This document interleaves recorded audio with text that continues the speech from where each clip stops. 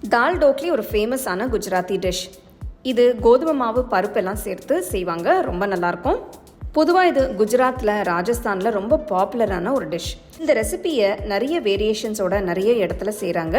ஹெல்த்தியான டேஸ்டியான இந்த தால் டோக்லி எப்படி செய்யலான்னு பார்க்கலாம் வாங்க. இந்த ரெசிபிக்கு நான் 1/2 கப் துவரம்பருப்பு 1 மணி நேரம் ஊற வச்சுருக்கேன். ஒரு ப்ரெஷர் குக்கரில் ஊற வச்ச பருப்பு தண்ணியோடு சேர்த்துக்கோங்க. இது கூட 1/2 டீஸ்பூன் மஞ்சள் தூள், 1 சிட்டிகை பெருங்காயத்தூள், 1/2 டீஸ்பூன் உப்பு, கொஞ்சம் வேர்க்கடலை சேர்த்து 2 கப் தண்ணி ஊற்றி கலந்து விட்டு ஸ்டோவை மீடியம் ஃப்ளேம்லேயே வச்சு ஒரு 4-5 விசில் வர வரைக்கும் வேக விடுங்க. விசில் வந்துடுச்சு, பருப்பு நல்லா வெந்திருக்கு, தனியாக எடுத்து வச்சுருங்க. ஒரு அகலமான கடாய் எடுத்து அதில் 1 டேபிள் ஸ்பூன் எண்ணெய், 1 டீஸ்பூன் நெய் ஊற்றி 1 டீஸ்பூன் கடுகு, 1 டீஸ்பூன் சீரகம், இது பொரிஞ்சதும் 2 உடைச்ச 2 சிவப்பு மிளகாய், கீர்ன 2 பச்சை மிளகாய், கொஞ்சம் பெருங்காயத்தூள், கொஞ்சம் கருவேப்பிலை சேர்த்து வதக்குங்க. அடுத்து நறுக்குன 2 தக்காளி சேர்த்து கலந்து விடுங்க.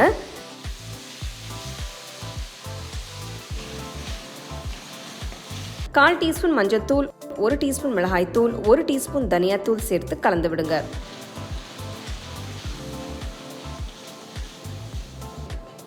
தக்காளி நல்லா மசிச்சு வரட்டும். இதில் 1/2 டீஸ்பூன் உப்பு சேர்த்து கலந்துக்கலாம்.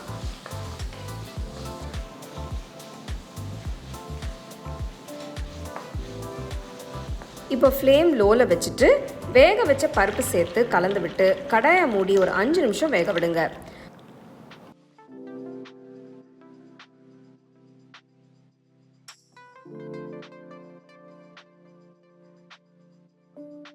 அஞ்சு நிமிஷம் ஆயிடுச்சு, பருப்பு நல்லா கொதிச்சு வந்துட்டு இருக்கு.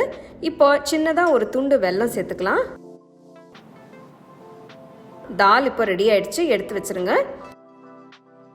இப்போ டோக்லி ரெடி பண்ணுறதுக்கு ஒரு பவுலில் 1 கப் கோதுமை மாவு, 1/4 டீஸ்பூன் மஞ்சள் தூள், 1/2 டீஸ்பூன் மிளகாய்த்தூள், 1/2 டீஸ்பூன் சீரகத்தூள், 1/4 டீஸ்பூன் உப்பு, 1/2 டீஸ்பூன் ஓமம், 2 டீஸ்பூன் எண்ணெயை ஊற்றி நல்லா கலந்து விடுங்க. கொஞ்சம் கொஞ்சமாக தண்ணி ஊற்றி மாவை நல்லா சாஃப்டாக பிசைஞ்சுக்கலாம்.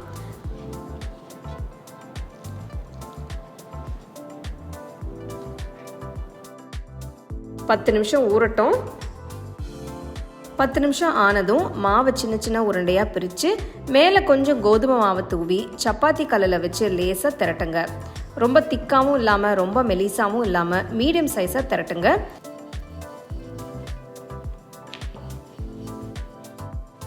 நான் ஒரு பீஸா கட்டரை வச்சு டைமண்ட் ஷேப்பில் கட் பண்ணுறேன். நீங்கள் உங்களுக்கு பிடிச்ச ஷேப்பில் கட் பண்ணிக்கோங்க.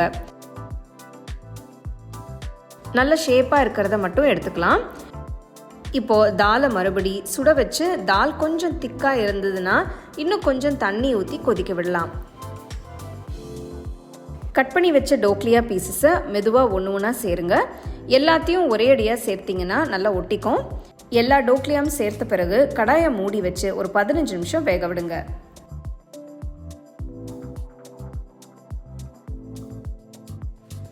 பதினஞ்சு நிமிஷம் ஆயிடுச்சு, பாருங்க நல்லா வெந்து வந்திருக்கு.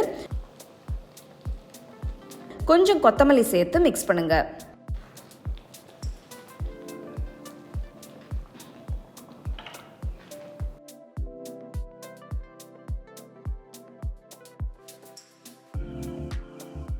ஹெல்த்தியான டேஸ்டியான தால் டோக்லி சர்வ் பண்ண ரெடியாக இருக்குது.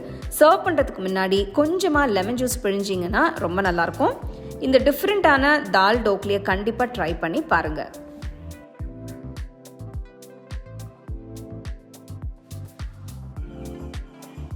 உங்களுக்கு இந்த ரெசிபி பிடிச்சிருந்தா லைக் பண்ணி ஷேர் பண்ணி ஹோம் குக்கிங் தமிழ் சேனலுக்கு சப்ஸ்கிரைப் பண்ணுங்கள்.